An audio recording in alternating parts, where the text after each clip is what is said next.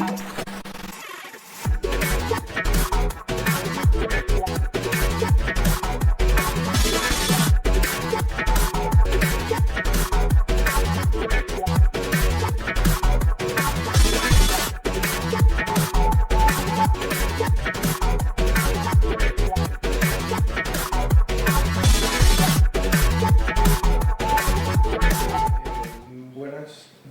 como ha dicho Máximo, mi nombre es Gianpiero Fontana.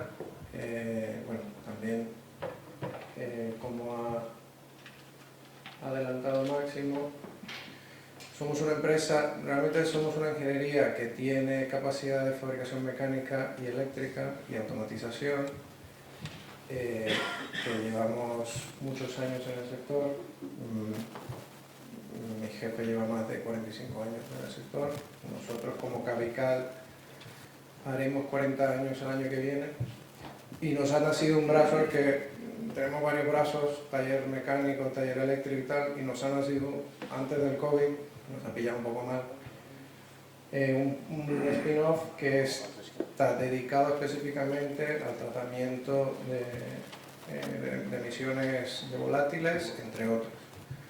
Es un pequeño, digamos, departamento que forma parte de la ingeniería, donde nos dedicamos a diseñar y a fabricar nuestros propios RTOs.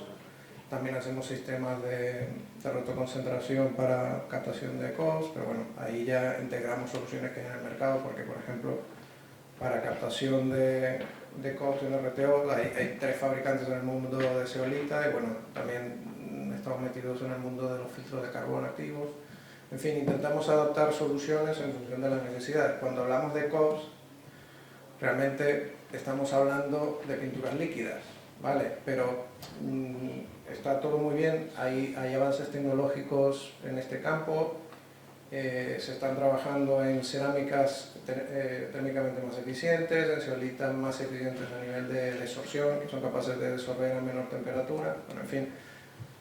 Todo lo que es el funcionamiento del equipamiento sigue siendo el mismo, se está trabajando en la reducción de consumos y se ha introducido un concepto desde hace unos años, que bueno, que el concepto tiene muchos años en realidad, pero cada vez se está cogiendo más fuerza a nivel de subvenciones, que por eso me ha permitido tal vez cambiar el enfoque de la presentación más a un tema de reducir la huella de carbono. Ahora estamos hablando de que todo el proceso productivo, el enfoque que hay que darle a una actividad productiva es en pro de reducir la huella de carbono.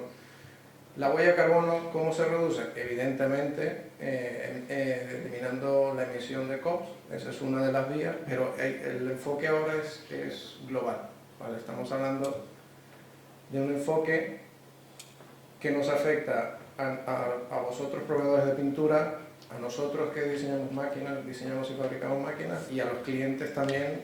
El tema de la huella de carbono está afectando directamente, porque ya entramos en un momento en el que para pedir una subvención a nivel energético te piden, calcula tu huella de carbono, ¿cuál es tu huella de carbono en tu proceso productivo?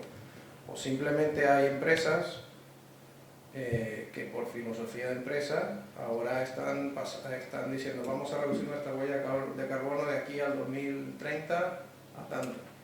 Y lo de la reducción de huella de carbono es un enfoque, como os he dicho, brutalmente grande. Ya no estamos hablando de la chimenea de la cabina que tira más de 50 miligramos, de 20 miligramos. Estamos hablando en un cálculo riguroso, bueno, ahora daré un poco más de pinceladas, pero estamos hablando de algo que abarca incluso, que puede llegar, un cálculo riguroso de la huella de carbono de una empresa puede llegar incluso hasta los kilómetros que hacen tus empleados para ir desde casa, en coche, hasta la empresa. Y en función de eso te puedes llegar a tener, te calificas, ¿no? Tu huella de carbono está en este baremo, pues a ti te llegan estas subvenciones. O no entras. Como no entras en este baremo, no puedes acceder a esta subvención. ¿Cómo podemos atacar esto de la huella de carbono? Pues podemos atacar aguas arriba del proceso en cuanto a materias primas y consumos, evidentemente, consumos de fluidos y energías, desde el punto de vista mismo del proceso productivo, del diseño de las máquinas, y también aguas abajo con los productos y los subproductos y evidentemente la gestión de residuos, porque en lo que yo empiece a hablar os sonará todo, pero ya os digo que la tendencia está cambiando según qué sector. Y bueno, nosotros intentamos asesorar a nuestros clientes desde Camical o desde Dotec, que es nuestro spin-off, en este sentido para minimizar el impacto que tiene su proceso productivo en el medio ambiente, porque al final reducir la huella de carbono es exactamente eso, ¿vale? Pero, insisto, como enfoque global, la captación de COPS es una de las tantas obligaciones que tienen los clientes que cumplir y también que de cara al medio ambiente, evidentemente. Aguas arriba, los principales avances que se están dando ahora mismo es el desarrollo de pinturas que de hecho la llaman con baja huella de carbono. Hace no mucho, la semana pasada o hace unos días, leí que BASF estaba desarrollando pinturas para el sector del automóvil que ellos la llaman de baja huella de carbono, que al final se traduce o en alto contenido de sólidos, bajo contenido de alcoholes, porque la base agua sí que es base agua, pero siempre tienen volátiles, siempre tienen orgánicos, incluso las pinturas cartaforéticas. Una pintura base agua de cartaforesis puede estar entre un 10 y un 20% de alcoholes. Aquí nos pueden asesorar mejor. Yo no soy consumidor, pero más o menos conozco lo que hay en el mercado. Pinturas base agua proyectadas por electroestática para mejorar la transferencia puede estar entre un 3 y un 6% de alcohol, o sea que seguimos teniendo COPS, aunque sea base agua, o sea que sigue habiendo un problema. Mucho menor, evidentemente, porque es mucho menor, pero sigue estando allí. También pinturas con disolventes, porque la pintura va a ser disolvente, por mucho que pasarán muchos años antes que desaparezcan, pero se están cambiando los disolventes por disolventes de menos peso molecular, que implican menos impacto ambiental, menos huella de carbono. Y luego, evidentemente, en las mejoras en las prestaciones, que es lo que hemos hablado de los amigos del zinc, que a paridad de capa de las mismas prestaciones, o viceversa, que a menor capa de las mismas prestaciones. Pinturas más hidrofóbicas en el sentido de poder separarlas con menos actividad química y sobre todo los embalajes. Esto de los embalajes parece una tontería, pero no recuerdo quién lo comentó, pero tanto de materias primas como producto acabado, el tema de los embalajes, la optimización de los transportes, eso ahora mismo es crítico.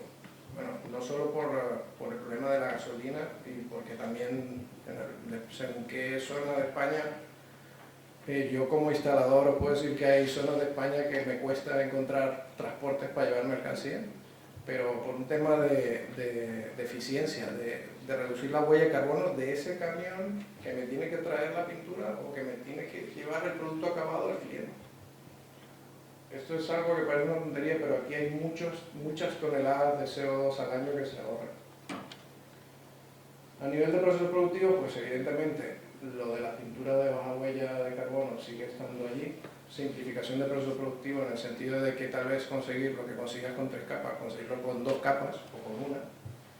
Luego, también hemos hablado de pintura robotizada, automatización, todo esto en pro de no solo mejorar la calidad del producto, sino disminuir consumos, porque al final disminuir consumo de pintura significa disminuir emisiones, disminuir huella de carbono, siempre con esa mentalidad. Luego, mejoras en la eficiencia de los sistemas de captación, con lo que he comentado antes. Ahora los proveedores de cerámicas para los RTO trabajan en cerámicas con mezclas diferentes que son más eficientes técnicamente, que puedes conseguir el mismo resultado trabajando a menores temperaturas, como que las máquinas son más eficientes a nivel de consumos energéticos, que no es moco de pavo últimamente lo del coste energético de gas y luz, sabemos lo que hay.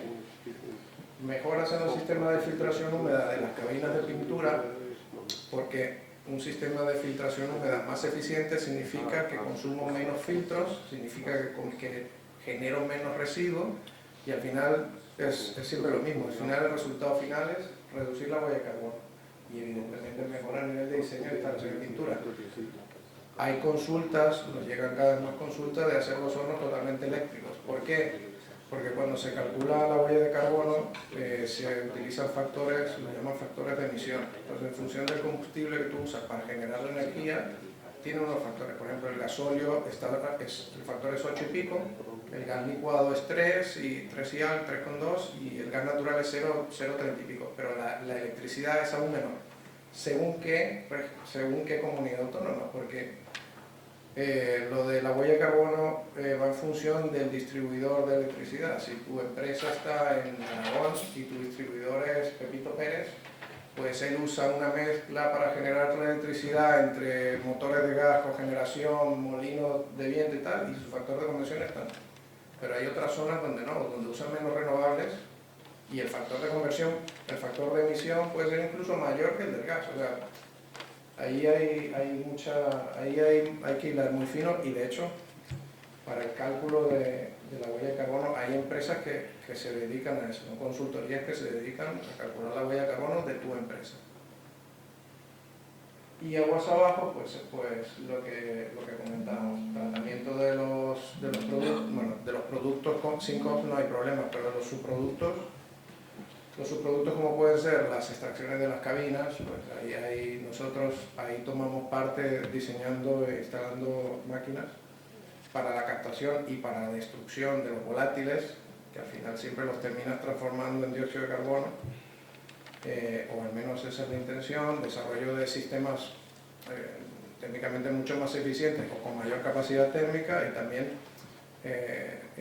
sistemas de filtro de carbón. Pues ahora vamos a hacer un sistema para Siemens en Barcelona, que es un filtro de carbono, que lo que hace es que facilita la gestión del residuo, porque el carbón activo, una vez que se satura, hay que gestionarlo, y estamos trabajando de la mano en una empresa que tienen un sistema tipo container de camión, que ellos vienen, te cambian todo el container con el carbón, y al usuario final eso le simplifica muchísimo la gestión.